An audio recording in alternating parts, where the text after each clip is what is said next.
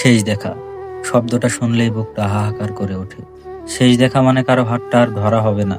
শেষ দেখা মানে চোখের সামনে থেকে প্রিয় মানুষটা চিরদিনের জন্য হারিয়ে যাওয়া। সেদিন সন্ধ্যায় আকাশটা ছিল অদ্ভুত লাল, হাওয়া ছিল কেমন জানি ভারী, বুক চেপে আসছিল। আমি জানতাম না এটাই হবে তোমার সাথে আমার শেষ দেখা। জানলে হয়তো আর একটু শক্ত করে তোমাকে আঁকড়ে ধরতাম। তুমি হাসছিলে, অথচ তোমার চোখের ভেতরটা ছিল ভেজা। আমি বুঝিনি সেই হাসির আড়ালে তুমি বিদায়ের অশ্রু লুকাচ্ছিলে।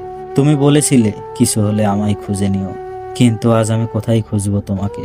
যেদিকে তাকাই শুধু শূন্যতা, যেদিকে হাঁটি শুধু স্মৃতির বোঝা। তোমার শেষ স্পর্শটা এখনো গায়ে লেগে আছে, শেষ কণ্ঠস্বর আজও কানে বাজে। কিন্তু তুমি নেই, চোখের সামনে নেই। শেষবার তোমার হাতটা ধরার সময় বুকটা যেন ফেটে যাচ্ছিল, তবুও হাসি দিয়ে বলেছিলাম সাবধানে যাস। কে জানতো এই সাবধানে শব্দটাই হবে আমার জীবনের সবচেয়ে কষ্টের শব্দ। তুমি আর ফেরোনি। হঠাৎ খবর এলো তুমি নেই। মাটির নিচে ঠান্ডা হয়ে ঘুমিয়ে পড়েছো চিরকালের জন্য। সেদিন থেকে রাতগুলো আর স্বাভাবিক থাকে না। প্রতিটা রাত শুধু তোমাকে খুঁজে বেড়াই।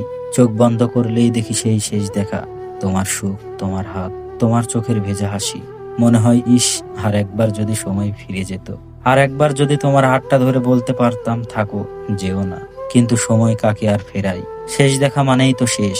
আজ তোমার ছবির সামনে দাঁড়িয়ে আমি শুধু কাঁদি। তুমি নেই, কিন্তু তোমার স্মৃতিগুলো শ্বাসরুদ্ধ করে রাখে। শেষ দেখা আমার বুকের ভিতরে এক অবাক্ত আগুন হয়ে জ্বলতে থাকে। যতদিন বাঁচবো এই শেষ দেখা আমার সাথে বেঁচে থাকবে। হয়তো একদিন ওপারে গিয়ে আবার দেখা হবে, কিন্তু তার আগে প্রতিদিন প্রতিক্ষণ আমি শুধু শেষ দেখাকে আঁকড়ে ধরে বেঁচে থাকবো।